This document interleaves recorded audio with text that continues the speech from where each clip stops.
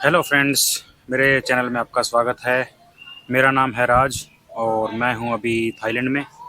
तो मैं बैठा हूं थाईलैंड के चांग माई सिटी में एक बौद्ध टेम्पल के पार्क में।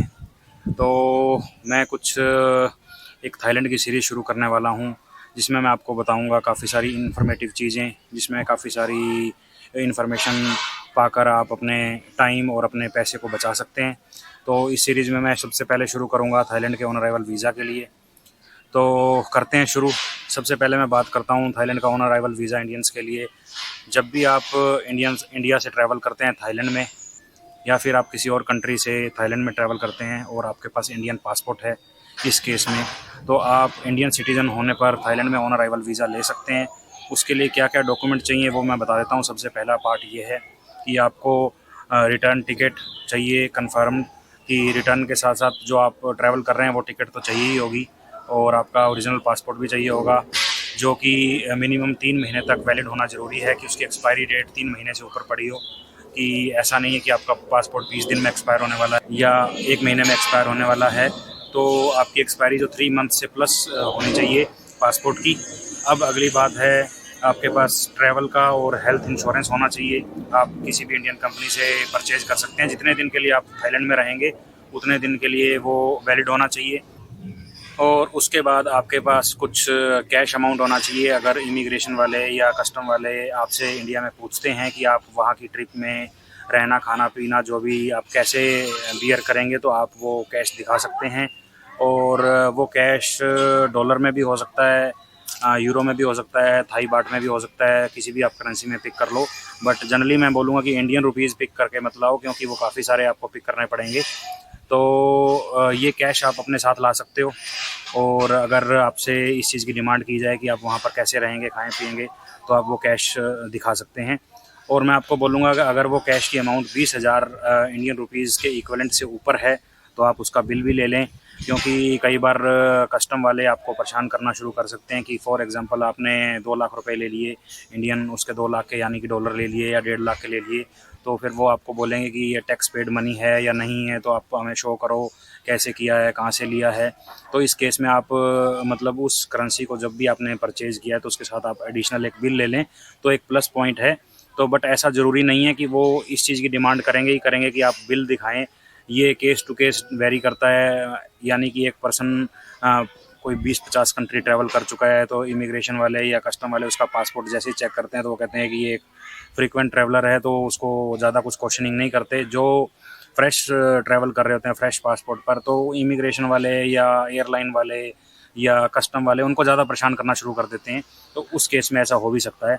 तो ये चीज़ें तो थी आपको अपने साथ मतलब इंडिया से जो लेके चलनी है। और जो कंफर्म टिकट वापसी की है वो ज़रूरी है। उसमें आप फिर से वही केस मैं आपको बताता हूँ, डमी टिकट नहीं चलेगी, बट कुछ लोग डमी टिकट भी चला देते हैं। ऐसा नहीं है कि हर पर्सन ही कंफर्म लेके चलता है।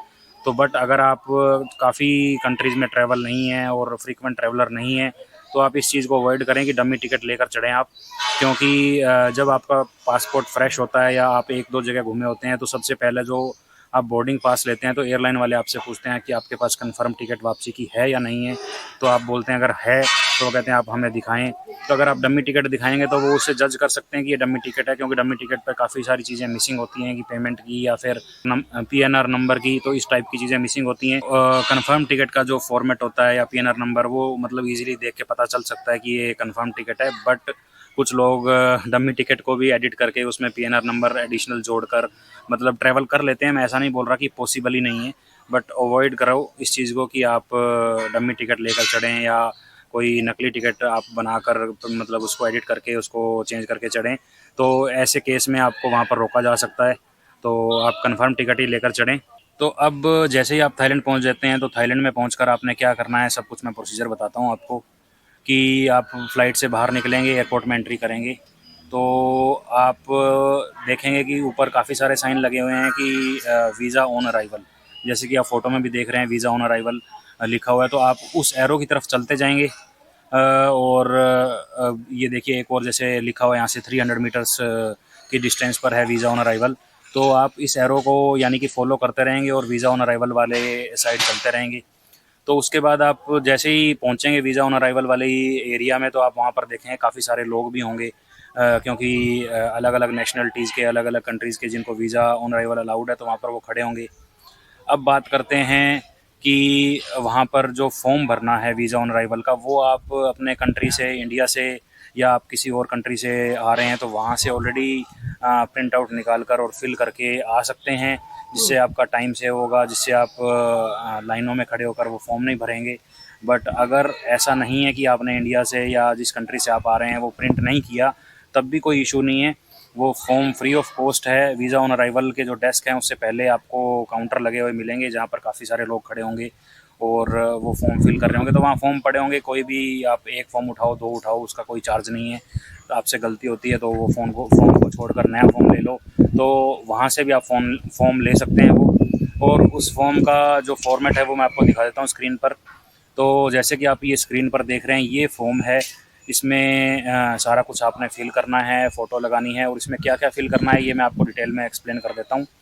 और फॉर्म आप कहाँ से ले सकते हैं ऑनलाइन, अगर आप पहले से भरकर चलना चाहते हैं तो ये मैंने इसका जो लिंक है डिस्क्रिप्शन में दे दिया है। और या फिर आप गूगल में टाइप कर सकते हैं Thailand visa on arrival application form, तो वहाँ पर आपको ऑप्शन आ जाएगा और डाउनलोड करना है। तो ये सेम फॉर्म होना चाहिए जो मैं आपको स्क्रीन पर दिखा रहा हूँ, यही फॉर्म। अगर कोई और फॉर्म है तो आप वो मतलब फिल करके आएँ, तो उसका कोई लॉजिक नहीं है। अब बात करते हैं इस फॉर्म को फिल करने की। तो इस फॉर्म को फिल करने के लिए आप मेरे साथ इस वीडियो में बने रहें और मैं स्टेप बाय स्टेप बताता हूँ आपको।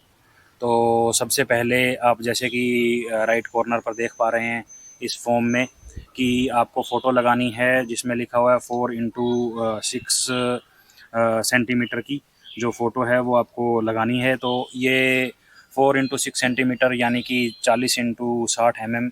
तो कोई ज़रूरी नहीं है कि आपको बिल्कुल यही साइज़ लगाना है। तो जैसे कि आप पासपोर्ट साइज़ फ़ोटो बनवाते हैं 45x50, 45 नहीं 35x50 होती है शायद, तो आप वो पासपोर्ट साइज़ फ़ोटो भी लगा सकते हैं यहाँ पर। मतलब ऐसा कोई बड़ा ही हार्ड रूल नहीं है कि आप बिल्कुल इसी साइज़ की फ़ोटो लगाएं, तो ये आप इस चीज़ में कॉम्प्रोमाइज़ हो सकता है। बट ऐसा भी नहीं कि आप बिल्कुल ही छोटी सी फ़ोटो लगा दें या इतनी बड़ी फ़ोटो लगा दें कि पूरा मतलब ये बॉक्स से भी बाहर निकल जाएगी। या तो आप जो साइज़ मेंशन किया ये लगाएं, या फिर आप पासपोर्ट साइज़ जो 35x45 की होती है वो फ़ोटो लगा दें। और मतलब आप रीसेंट फ़ोटो को ही लगाएं कि जो 1-2 महीने पहले ली हुई हो। तो ये फ़ोटो भी आप इंडिया से करवा के आएँ, और क्योंकि इंडिया में आपको ये फ़ोटो सस्ती करवाने को मिल जाएगी। और अगर आप इंडिया से लाना भूल गए हैं या नहीं करवाई है, तो इस वीज़ा ऑन अराइवल से जस्ट पीछे थोड़ा सा 50-100 मीटर पीछे एक फ़ोटोग्राफ़ी की शॉप है। आप वहाँ पर जाकर पैसे पे कर फ़ोटो करवा सकते हैं। वो फिर इसी स्पेसिफिकेशन के अकॉर्डिंग आपको फ़ोटो करके दे देंगे, जो आपको चिपका सकते हैं यहाँ पर। और जो आप यहाँ पर ये काउंटर से देख रहे होंगे कि जैसे कि इंडिया में काउंटर होते हैं पोस्ट ऑफिस में, उसी टाइप के काउंटर होंगे, खड़े होंगे लोग उसके ऊपर और फॉर्म भर रहे होंगे। तो वहीं आपको कहीं चिपकाने के लिए गोंद यानी कि पेस्ट भी मिल जाएगी, गम भी मिल जाएगी। और आप वहाँ पर देखेंगे कुछ स्टेपलर भी बांधे होंगे रस्सी से, तो अगर आपको वो गोंद वगैरह नहीं मिल रही है तो आप उस फ़ोटो को स्टेपलर से पिन भी कर सकते हैं। तो मतलब इसमें भी कोई इशू नहीं है, ऐसा नहीं है कि आप पिन नहीं कर सकते हैं। तो ये आप फ़ोटो वाला जो पोर्शन है आपने फ़ोटो फिल कर मतलब चिपका दिया उस पर, या पेस्ट कर दिया, जो भी बोलो, और या फिर आपने स्टेपल कर दिया। अब आप वहाँ देखेंगे सबसे साइड में 3 लिखा हुआ है, मिस, मिस्टर या मिसिज़, जो भी आपका मतलब है। आप मिस्टर हैं या मिस हैं, सिंगल लड़की या लेडी हैं, या मिसिज़ मैरिड कोई लेडी है, तो वो अपना इसको सेलेक्ट कर सकते हैं, टिक कर सकते हैं। या फिर टिक ना भी करें तो इसके ऊपर एक सर्कल मार सकते हैं, एक ही बात है। तो सबसे पहले ये करना है आपने। उसके बाद आपने देखना है जो पहला कॉलम है फैमिली नेम, जहाँ पर मैंने इंग्लिश में मतलब वैसे हिंदी में लिखा हुआ बट वर्डिंग इंग्लिश में है, आपका सरनेम।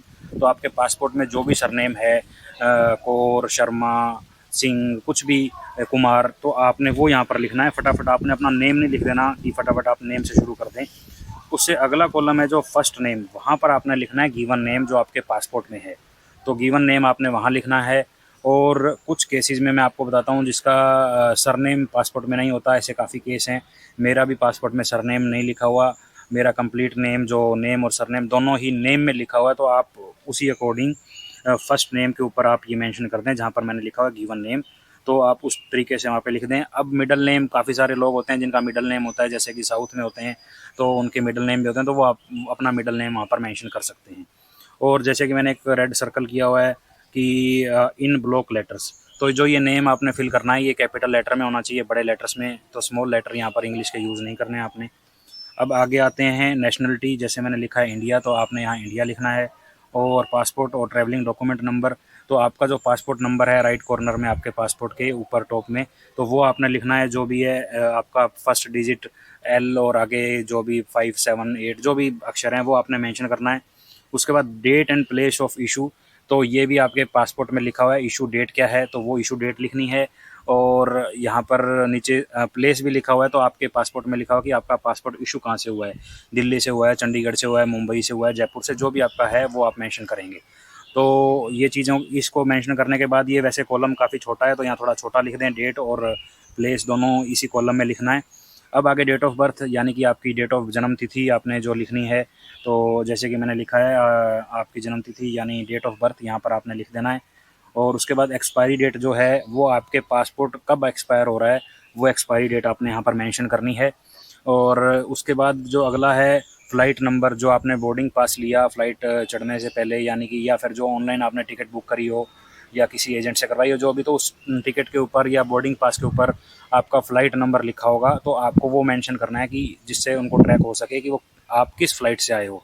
कि जैसे उसमें लिखा होगा AI571 कि एयर इंडिया की 571 से आए हो, या कोई जो भी है जिस भी कंपनी की है, इंडिगो की मेरे को नहीं पता, IN747 या कुछ भी, तो वो फ़्लाइट नंबर आपने लिखना है। उसके बाद ऑक्यूपेशन है, ऑक्यूपेशन का मतलब होता है आप करते क्या हैं, तो करते क्या हैं, अगर आप जॉब करते हैं तो आप जॉब लिख सकते हैं, आप बिज़नेस करते हैं तो बिज़नेस लिख सकते हैं, आप अगर स्टूडेंट हैं तो वहाँ स्टूडेंट लिख सकते हैं, अगर आप फार्मर हैं तो फार्मर लिख सकते हैं। तो मतलब ऐसा कोई, अगर आप अनएम्प्लॉयड हैं तो अनएम्प्लॉयड भी लिख सकते हैं कि मेरी कोई जॉब नहीं है, तो मैं कोई ऐसा अर्निंग नहीं कर रहा हूँ।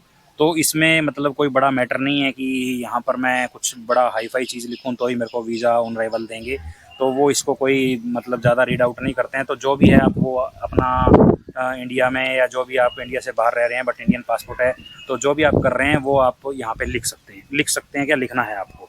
उसके बाद परमानेंट एड्रेस, जो भी आपका परमानेंट एड्रेस है इंडिया में, यानी कि जो आपका पासपोर्ट में, इंडियन पासपोर्ट में पीछे वाले पेज पे एड्रेस है वो आप यहाँ पर मेंशन कर दें। उसके बाद है एड्रेस इन थाईलैंड, तो एड्रेस इन थाईलैंड की जो है, आपने जो भी होटल या हॉस्टल बुक किया हुआ है तो वो आप एड्रेस यहाँ पर मेंशन करेंगे इस लाइन में।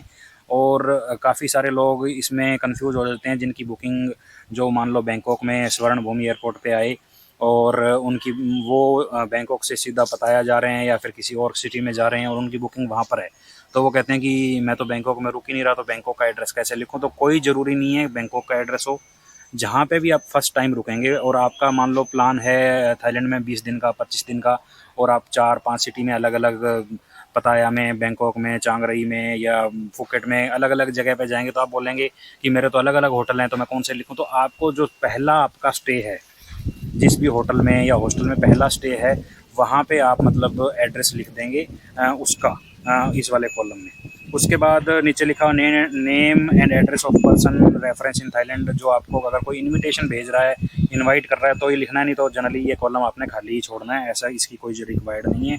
और अगर आपके साथ कोई माइनर बच्चा ट्रैवल कर रहा है तो उसका नेम, डेट ऑफ बर्थ और प्लेस ऑफ बर्थ सब कुछ आपने मेंशन करना है, जो मैंने खाली छोड़ा हुआ है। तो अगर आपके साथ कोई माइनर बच्चा है तो उस केस में मतलब आपके पासपोर्ट पे ट्रैवल कर रहा है तो आपने ये कॉलम भी फिल करना है।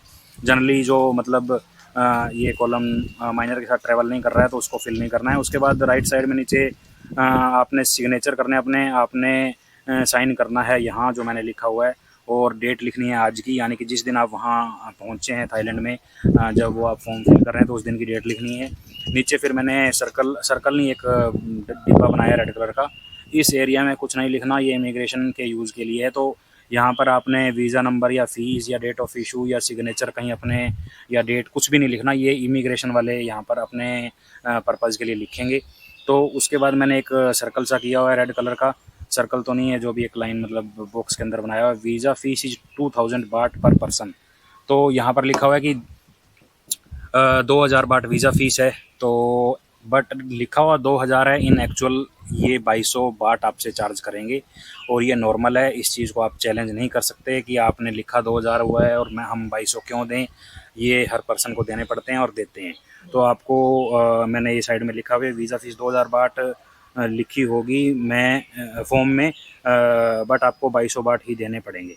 तो ये 2200 बाट जो आपको कैश लेने हैं, किसी और करेंसी में नहीं होने चाहिए। कोई डॉलर नहीं लेंगे वो, कोई इंडियन रुपीज़ नहीं लेंगे, कोई पाउंड नहीं लेंगे। तो आपके पास 2200 बाट या 2500 बाट या 3000 बाट जो भी अगर खुले पैसे नहीं हैं तो होने चाहिए। तो ये बाट आपके पास हों और आप ये फॉर्म फिल करें, अपना पासपोर्ट अपने हाथ में पकड़ें। तो आप जैसे कि ये देख सकते हैं वीज़ा चेक काउंटर, मैंने स्क्रीन पे आप देख रहे हैं तो ऐसा लिखा होगा, उसके नीचे ये 2-3 काउंटर बने हुए हैं। तो इनके अंदर आपने जाना है। अगर लाइन लगी हुई है तो लाइन में लगकर आपने यहाँ पर पहुँचना है। उनको आपने अपना पासपोर्ट, वो भरा हुआ फॉर्म और बीच में डाले हुए आपके 2200 बाट, अगर खुले 2200 पूरे के पूरे बाट हैं तो 2200 रखो। अगर आपके पास मान लो 2500 बाट हैं तो 2500 रखो, 3000 हैं तो 3000 रखो। तो वो चेक करें कि आपने फॉर्म भरा हुआ है, आपके पासपोर्ट में के अकॉर्डिंग नाम लिखा हुआ है और आपके पास 2200 बाट करेंसी है। तो वो बोलेंगे ओके, आप जाओ आगे। तो आगे जैसे ये नीले से कलर का आप डोर देख रहे हैं, यहाँ से आपने अंदर एंटर करना है सामने। और एंटर करते ही सामने एक एल्युमिनियम का बॉक्स नहीं, एल्युमिनियम का रूम सा बना हुआ है। उसमें साइड में विंडो कटी है तो वहाँ से लेडीज़ बैठी होंगी। जनरली मैंने तो मतलब लेडीज़ ही देखी हैं, तो हो सकता है वैसे जेंट भी हो कोई, तो वो जेंट्स भी हो तो वो आपसे पासपोर्ट फॉर्म और आपके पैसे लेंगे। और जो आपके अगर खुले 2200 हैं तो 2200 रख लेंगे और आपको एक टोकन दे देंगे। अगर आपके 2500 थे तो वो 300 वापस कर देंगे, 3000 थे तो वो 800 वापस कर देंगे। और आपको एक टोकन दे देंगे, कागज़ पे लिखा हुआ नंबर। तो आपको बस वो लेकर और उस काउंटर से के उस रूम के घूमकर दूसरी तरफ चला जाना है। और वहाँ पर एक स्क्रीन चल रही होगी, स्क्रीन पे जो नंबर आपके उस टोकन पर है सेम नंबर आएगा तो समझ लो आपके पासपोर्ट पे स्टैंप लग गई है ऑनरेबल वीज़ा की।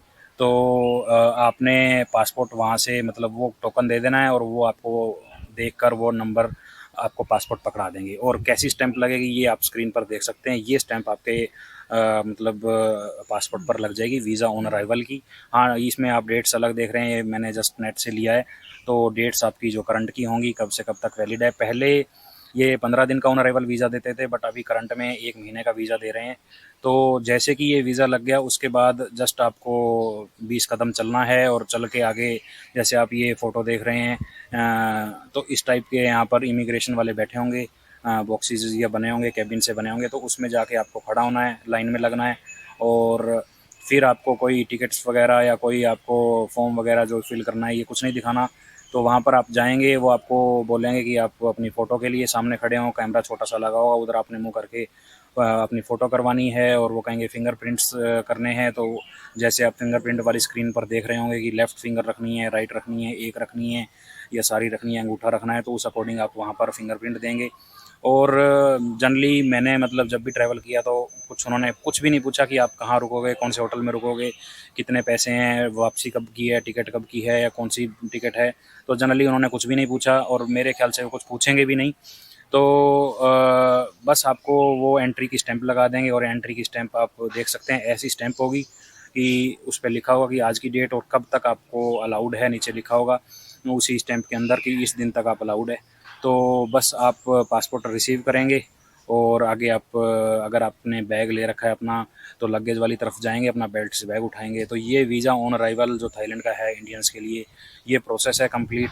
तो आई होप कि इस वीडियो में आपको पूरी प्रोसेस का पता चल गया होगा और आप वीडियो में देखकर कि आपने किधर जाना है, वीज़ा ऑन अराइवल के कैसे टैग्स लगे होंगे या जो भी साइन लगे होंगे उधर आपने फॉलो करना है, फॉर्म कहाँ से लेना है और कैसे डॉक्यूमेंट चेक वाला काउंटर है। आप मतलब वीडियो में अगर देख लेंगे अच्छी तरह से तो सेम आपको चीज़ दिखेगी, तो आपको कोई प्रॉब्लम नहीं होगी, आप बड़ा इजीली जाकर सब कुछ मैनेज कर सकते हैं।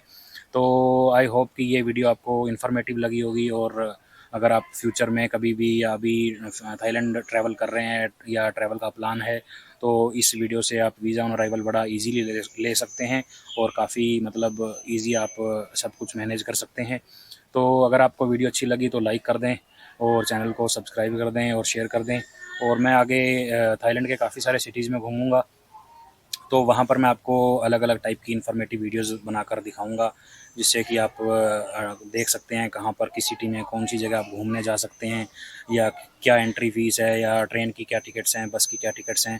तो जनरली मैं इस सीरीज़ में इंफॉर्मेशन वाली वीडियोज़ को ज़्यादा फोकस करूँगा। बाकी मैं टूरिस्ट प्लेस जो हैं वो भी दिखाऊँगा कैसे कैसे हैं, क्या क्या चीज़ें हैं वहाँ पर भी। तो इस वीडियो में सिर्फ इतना ही। तो मिलते हैं किसी नई वीडियो में अगली जगह पर।